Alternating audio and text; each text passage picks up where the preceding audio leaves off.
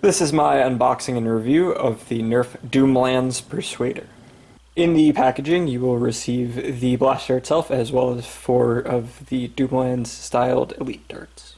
To operate the blaster, simply load up to 4 darts in their respective barrels.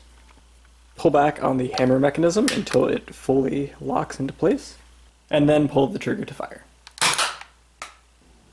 The blaster has a smart AR system, so if a singular dart is loaded in, it will fire out of any of the respective barrels the first shot. However, if multiple darts are loaded into the blaster, it will start with the top and then work its way down. Going over the external features of this blaster, there is a singular sight on the front. There's no back sight to line it up with. There is a rail attachment on the top. There are the 4 barrels that were mentioned before in the front of the blaster. Moving back a bit, there's one singular clip mount where you could, I guess, bandolier the blaster. I don't know why it's here in particular. That seems a little inconvenient in my opinion. Moving back to the trigger pull of this blaster has to be noted that it's extremely hard compared to some of the other Nerf blasters. Like, you really have to mean to pull this trigger for it to go off, which can be a pro or a con depending on how you feel about that. Personally, I kind of like the heft of the pull. However, if that's not really something that you enjoy about other blasters, then I definitely wouldn't recommend this, as this is potentially one of the harder trigger pulls of Nerf blasters that have been released in the past few years. The handle is actually rather comfortable regardless of this little ridging. It fits in my hand very nicely, and there's a little bit more room if my hands were to be a little bit larger. I have probably medium-sized hands, so I usually don't have a problem with Nerf blasters. The old Bell Speed blasters used to be terrible because they were super tiny. However, Nerf tends to be pretty good with their handle sizes. And then the last feature of this blaster is a hammer, very similar to that of the hammer shot or the double strike, I believe it's called.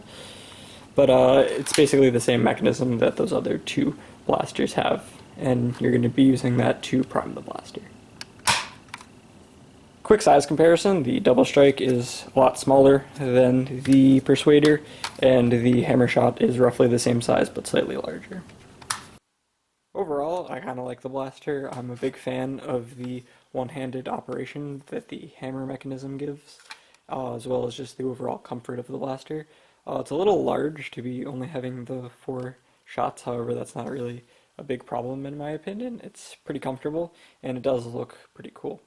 It's a little bit thinner than a hammer shot, however it does have less shots, so you're kind of trading that off. So you basically have to determine which is more important to you, and then determine if you would like to buy this or the hammer shot. Personally, I'm going to stick with hammer shot as my favorite pistol type blaster that's come out recently. However, this one definitely is pretty close because of the one-handed hammer operation and the overall comfort of the blaster, as I'd mentioned. I really like that strong trigger pull that this blaster provides, and the ranges are fairly decent compared to a lot of the other blasters that have come out recently. So it's got a lot going for it. However, the only con, like I said, is having the 4 shots instead of 6 that the slightly larger hammer shot provides. Sorry this video was kind of short, but there's not really a whole lot to go over in this blaster. It's fairly simplistic. Other than that, I hope you enjoyed this review, and thank you for watching.